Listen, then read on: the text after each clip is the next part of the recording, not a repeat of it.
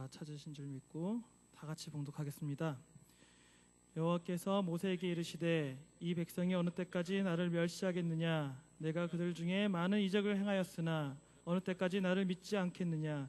내가 전염병으로 그들을 쳐서 멸하고 내게 그들보다 크고 강한 나라를 이루게 하리라.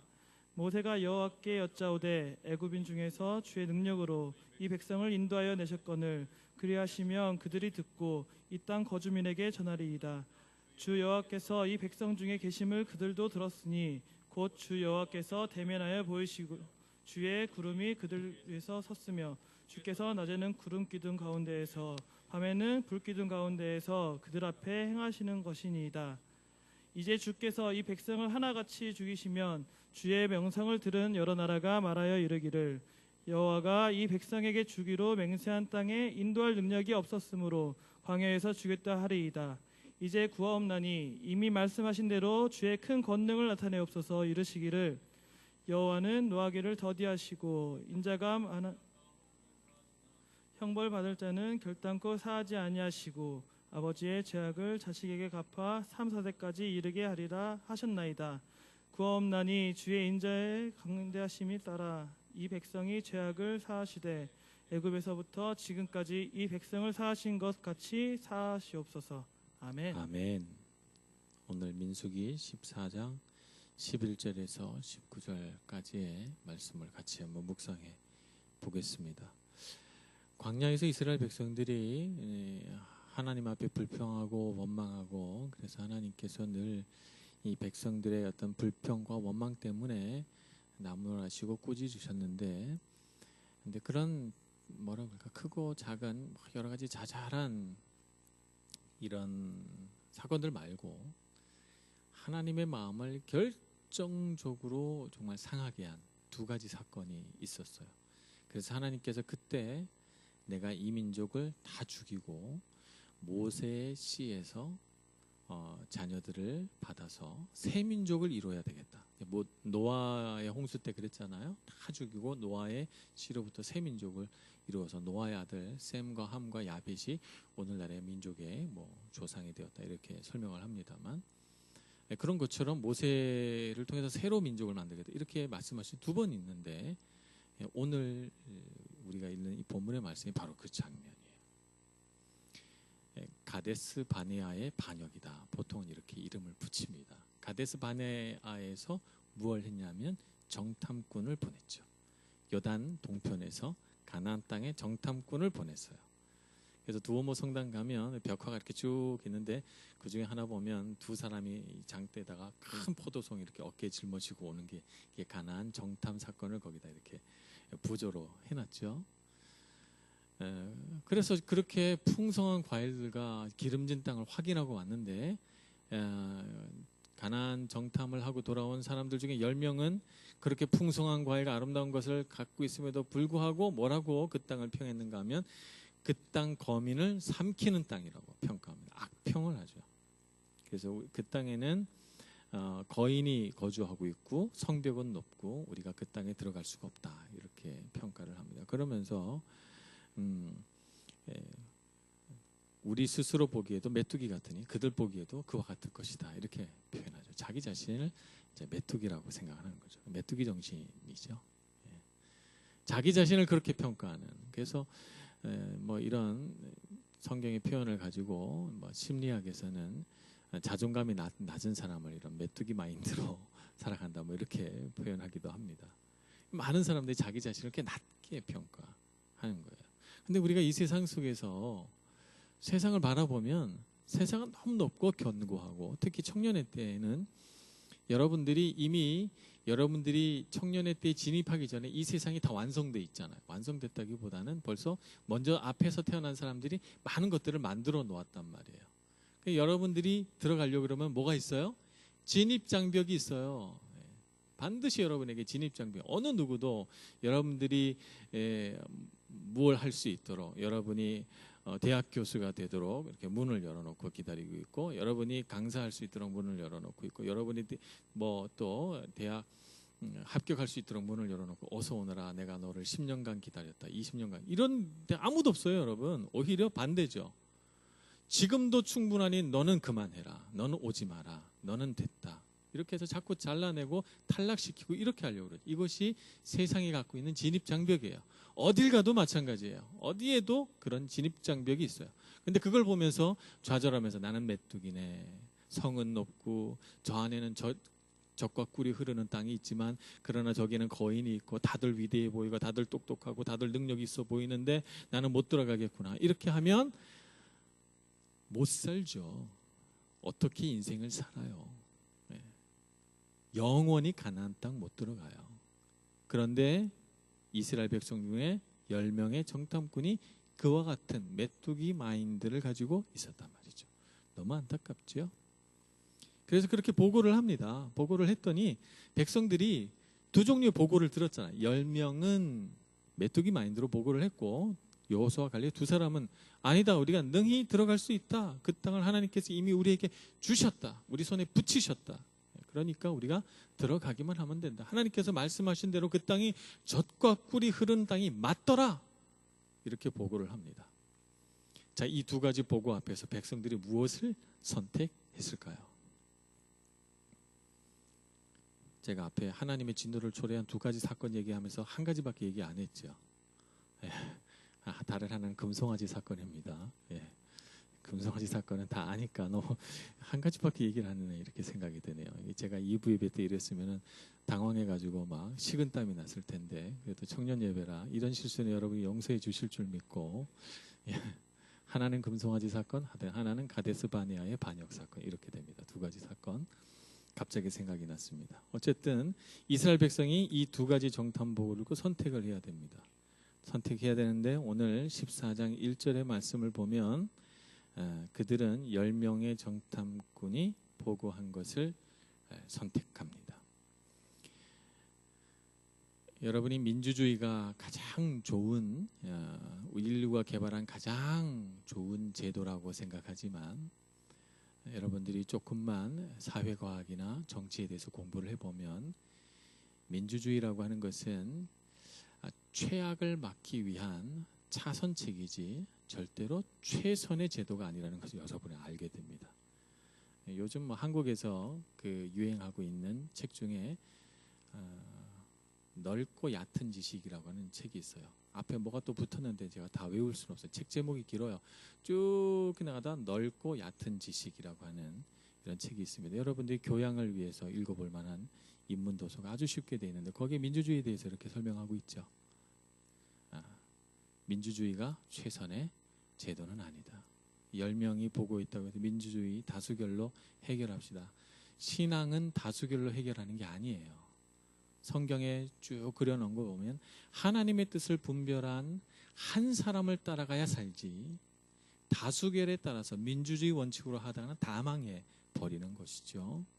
지금도 민주주의 원칙을 따라서 10명의 정탐꾼의 이야기를 백성들이 신뢰하고 14장 1절에 어떻게 하는가? 온 회중이 소리를 높여 부르짖으며 백성이 밤새도록 통곡하였더라.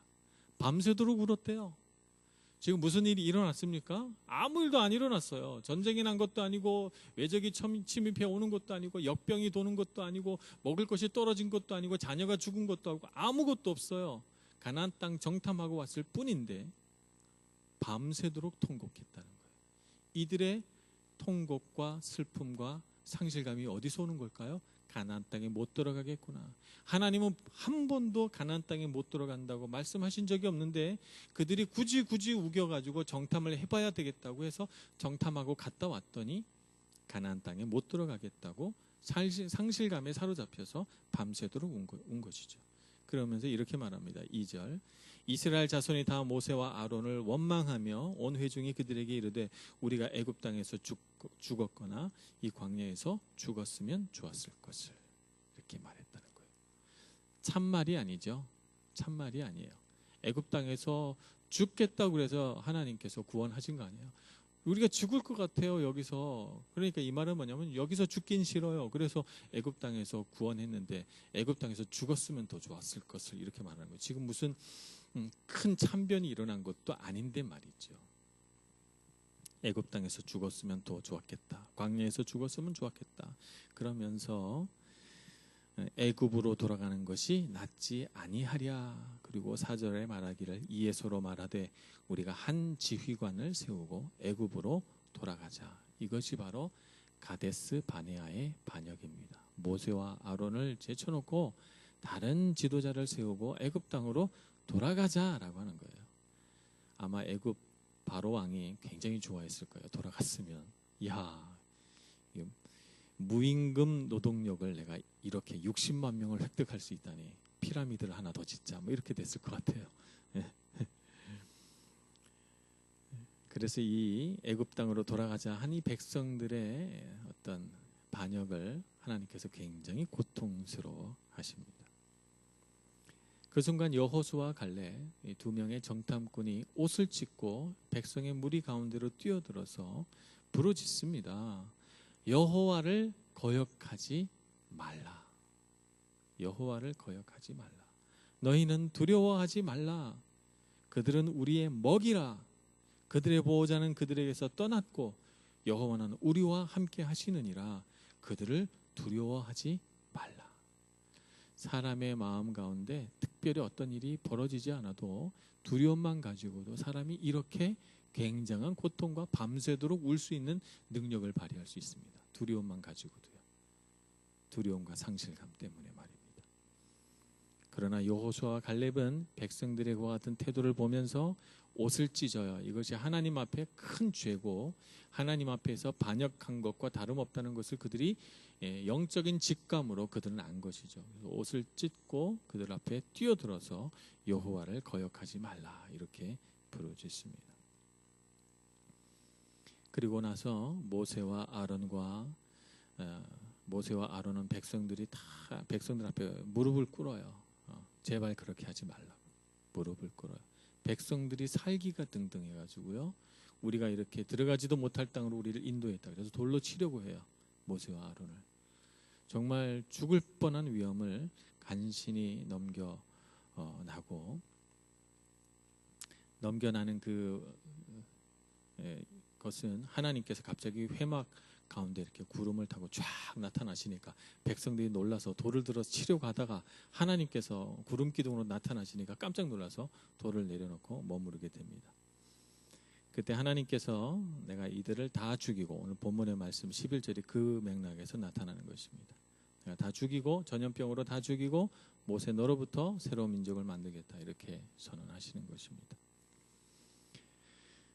모세의 기도가 이어집니다. 우리 모세의 기도를 우리가 조금 묵상하기 전에 왜 사람은 이렇게 될까? 하나님께서 이스라엘 백성을 결국에는 이 정도로는 가나안 땅에 못 들어가겠다. 그래서 그 2년을 빼앗 나머지 38년을 훈련의 시간으로 삼아서 38년을 훈련시키다 하나님께서 포기하고 결국에는 그 자녀로 가나안 땅에 데리고 들어가겠다. 이렇게 선언하십니다. 그래서 광야 40년 동안 사람들이 다 죽고 모세까지도 가나안 땅에 못 들어가고 죽고 여호수아와 갈렙만 애굽 땅에서 나온 사람으로는 여호수아와 갈렙만 가나안 땅을 밟아요. 사람이 인생을 살아가면서 한 번밖에 없는 인생인데 하나님 앞에서 잘 훈련되는 게 정말 중요하다는 것이죠. 그래서 우리가 젊은 때에 자꾸 생각을 훈련해야 돼요. 왜냐하면 우리 생각에서 말이 나오고 우리 생각에서 어떤 결정이 나오고 우리 생각에서 행동이 나오고 우리 생각에서 감정도 다 나오기 때문에 우리가 생각을 어떻게 갖고 있느냐에 따라서 우리 감정이 달라지고 우리 언어가 달라지고 우리 선택이 달라지고 우리 인생이 달라지게 돼 있거든요. 그러니까 사람은 생각을 훈련시킬 줄 알아야 돼요. 많은 사람들이 생각은 훈련시키지 않고 자기 주변에 있는 사람들을 바꾸려고 하죠. 자기 집에는 꼼빠를 바꾸려고 하고 엄마 아빠를 바꾸려고 하고 자기 주변의 사람을 바꾸면 될 줄 알지만 천만의 말씀 사람은 잘 바뀌지도 않으려니와 문제는 사실 나라는 걸 여러분들이 알아야 돼요. 생각을 훈련해서 내가 바뀌면 꼼빠가 바뀌고 부모님이 바뀌고 세상이 바뀐다는 걸 여러분들이 아셔야 됩니다. 그래서 훈련되지 않은 사람의 생각은 이렇습니다. 훈련되지 않은 사람은 항상 불행한 걸 먼저 봐요. 부정적인 걸 먼저 봐요. 그들이 바라보는 관점은 항상 부정적인 걸 봐요. 물론 긍정적이고 좋은 것도 보지만 그러나 그것보다 부정적인 걸 훨씬 더 크게 봅니다. 마음의 저울이 있는데 이 저울은 이미 부정적인 쪽에 기울어져 있는 저울이에요. 공평하지 않은 저울이에요. 그래서 부정적인 게 하나만 있으면 긍정적인 게 10개가 있어도 무게가 비슷해집니다. 이것이 그들의 관점이에요. 생각이 훈련되지 않은 사람의 관점인 것이죠. 생각이 훈련되지 않은 사람의 감정은 걱정과 불안과 두려움으로 가득 차 있어요. 마음이 아무 일도 벌어지지 않아도 마음이 늘 불안하고 초조하고 조급하고 두렵고 떨리고 이런 상태로 있어요. 불안정해요. 그리고 생각에는 늘 의심합니다. 사람을 의심하고 상황을 의심하고 하나님을 의심하고 믿음을 의심하고 항상 의심 가운데 있어요. 의심 가운데 있으니까 마음이 평안하지 못해요. 다 연결되어 있는 것이죠. 의심 가운데 있으니까 평안하지 못하고 평안하지 못하니까 마음이 불안하고 감정적으로 불안해지는 것이죠. 그러다 보니까 나오는 언어들이 다 부정적인 언어들이 나오겠죠. 그래서 불평하고 원망하고 이스라엘 백성들처럼 말이에요. 늘 좋지 않은 점들을 얘기하고 그리고 어떤 문제가 생기면 책임 전가하고 또 변명하고 이렇게 되는 것입니다. 마음이 불안하니까 용감하게 맞습니다. 그건 제 잘못입니다. 이렇게 되지 않아요. 마음이 너무 불안하니까 혹시라도 내가 책임질까 봐 오히려 두려워하죠. 그러다 보니까 행동은 늘 숨습니다. 숨어야 돼요. 행동은 숨는 행동을 하게 돼요. 어떻게 숨죠? 항상 다수파에 숨어요. 다수파에 숨고 모든 사람들이 다 화목하게 지내면 불안해요. 왜냐하면 나는 그러고 싶지 않으니까 모든 사람들이 다 화목하면 자기가 설 데가 없다고 느껴요. 그래서 파당을 짓게 만들죠. 편을 갈라요. 그래서 이 사람에겐 이 말하고 저 사람에겐 저 말해서 두 사람 사이를 갈라넣어 버려요. 이런 것을 우리가 이간질한다 그러잖아요. 그 왜 그러냐면 자기가 살아남기 위해서 그러는 거예요. 자기가 살아남기 위해서 파당을 만들어요.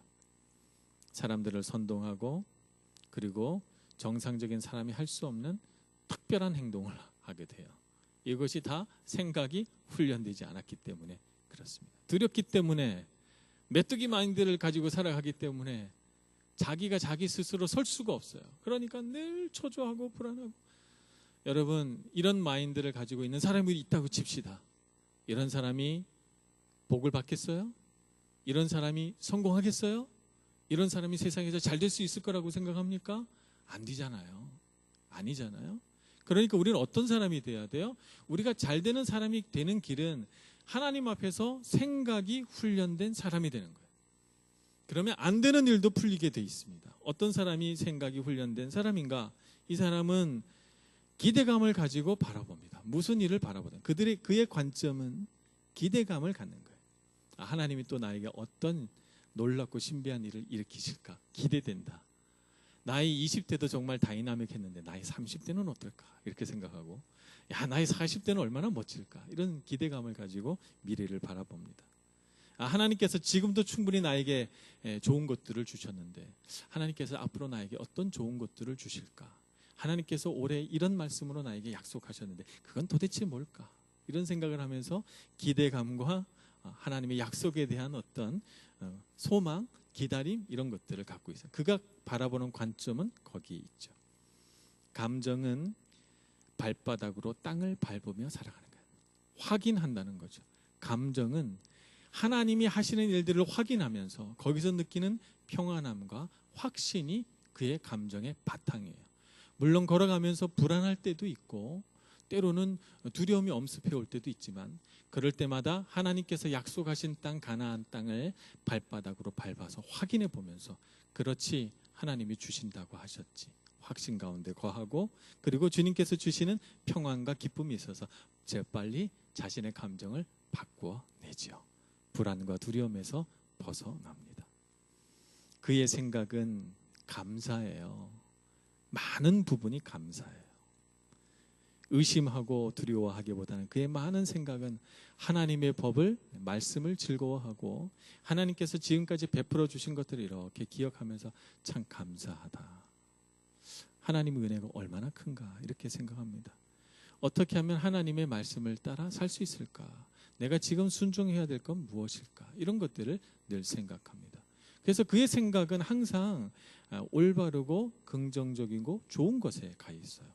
그러니 그의 언어가 어찌 부정적인 언어가 나오겠어요? 이런 사람의 마인드에서 어떻게 부정적인 생각이 나옵니까?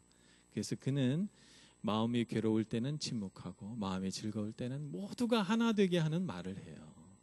복되고 좋은 말들을 해서 사람들의 마음을 풀어주고 하나 되게 하지, 갈라놓고 의상하게 만드는 말은 하질 않습니다. 그리고 때로는 필요할 경우에는 선포합니다. 하나님께서 복 주실 거야. 잘 될 거니까 걱정하지 마. 우리 기도하자. 기도하면 될 거야. 라고 하는 선포가 자기도 모르게 입술에서 나와요. 왜냐하면 그의 생각이 온통 그 생각으로 가득 차 있으니까.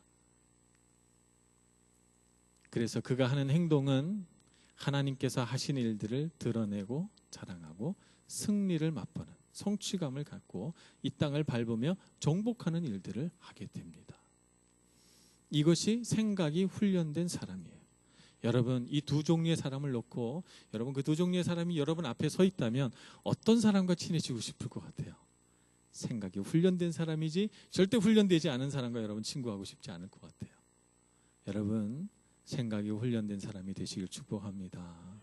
하나님께서는 그렇게 모세를 만들어 가셨어요. 모세도 처음에는 굉장히 다혈질이라다가 하나님을 신뢰하지 않고 애굽 땅 왕궁에서 크면서 마음이 굉장히 불안정했습니다.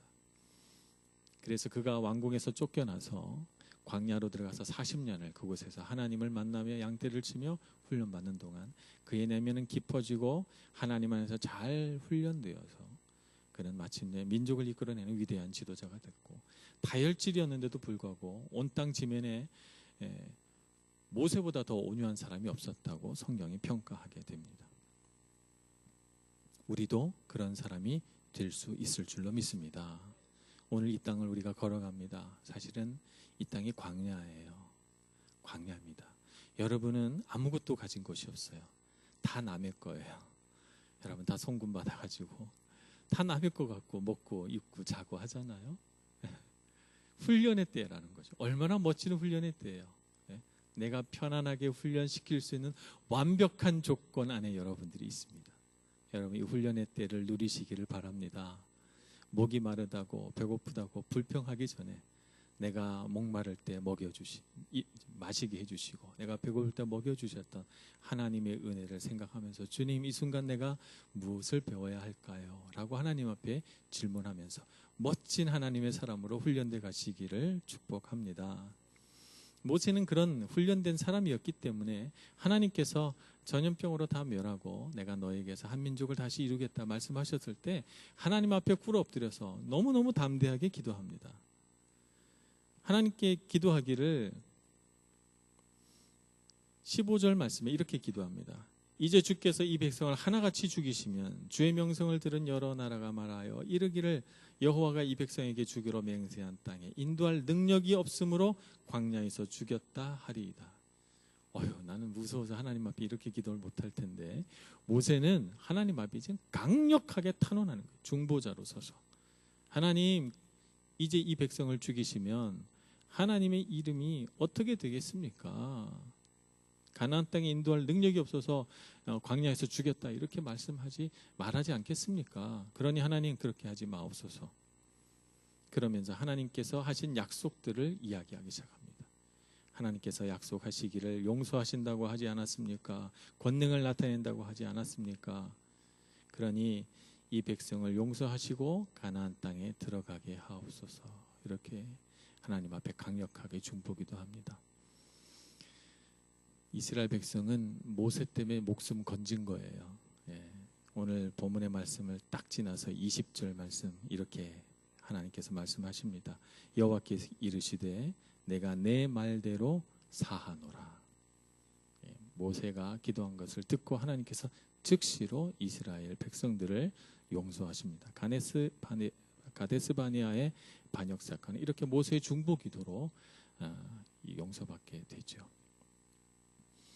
이 땅은 이런 중보 기도자를 필요로 하고 있어요. 사실은 어느 곳에서건 여러분들이 학교를 다니면 여러분들 학교에 많은 사람들 가운데 메뚜기 마인드를 가지고 늘 주변 사람들을 괴롭게 하고 힘들게 하는 사람들 보실 거예요. 누가 필요합니까? 모세가 필요한 거예요.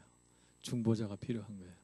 여러분 가정에 형제들 간에 불화하고 어려움이 있고 부모님이 막 어렵고 힘든 그런 분들이 있습니까? 모세가 필요한 거예요. 중보자가 필요한 거예요. 그 한 사람이 없기 때문에 괴로운 거죠. 여러분들이 직장 생활을 합니까? 직장 생활 속에서 어떤 사람이 필요해요? 모세와 같은 사람이 필요해요. 하나님 앞에 막아서서 주여 그리 마옵소서라고 하나님의 진노를 막아설 사람, 그런 중보자가 이 세상에 필요하다는 것입니다. 여러분이 젊은 때에 여러분들의 생각이 훈련되고 여러분들의 영성이 훈련돼서 여러분들이 어느 곳에 있든지 여러분의 가정에서 여러분의 직장에서 여러분의 학교에서 여러분 하나님의 진노의 심판을 막아서서 주여 용서하소서라고 말할 수 있는 그 중보자가 될 수 있는 여러분들이 되시길 바랍니다. 그런 사람을 필요로 하고 하나님은 그런 사람을 쓰시고 그런 사람으로 우리를 훈련시켜 나가고 있다는 것을 아시고 꿈을 작게 꾸지 마시고 크게 꾸시고 하나님 앞에서 크게 쓰임받을 사람으로 자라나시고 훈련되시기를 축복합니다. 기도하겠습니다.